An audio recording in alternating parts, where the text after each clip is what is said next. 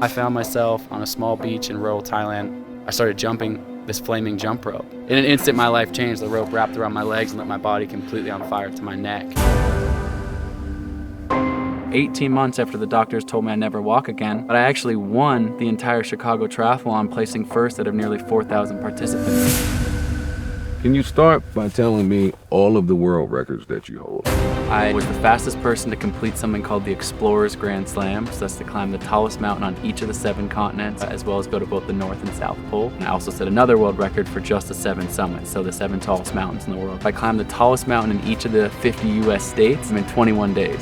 I became the first person in history with a team of us to row a boat across Drake Passage, widely considered the most dangerous ocean crossing in the world, from the southern tip of South America to Antarctica.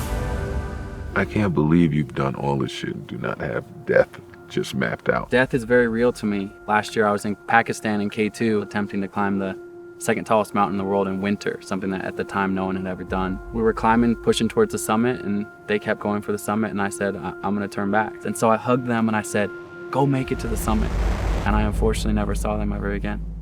This guy's defied the odds time and time again. No one in the world has done what he's done. What I'm most well known for was the world's first solo crossing of the entire continent of Antarctica. Cargo plane flies, drops us off. I jump out of the plane. There was literally a 375-pound sled behind me. So I'm pulling it 10 feet at a time. And finally, in the first hour, I just break down. I'm like, this is impossible. And I start crying. Antarctica doesn't care if you cry because it's minus 30 degrees outside. So you start crying, what happens? You got tears frozen to your face. It's 24 hours of daylight. So you wake up at 2 o'clock in the morning, high noon, just sun directly overhead. It's very, very disorienting. And on the very end, I was pretty much out of food and I was having a really hard time.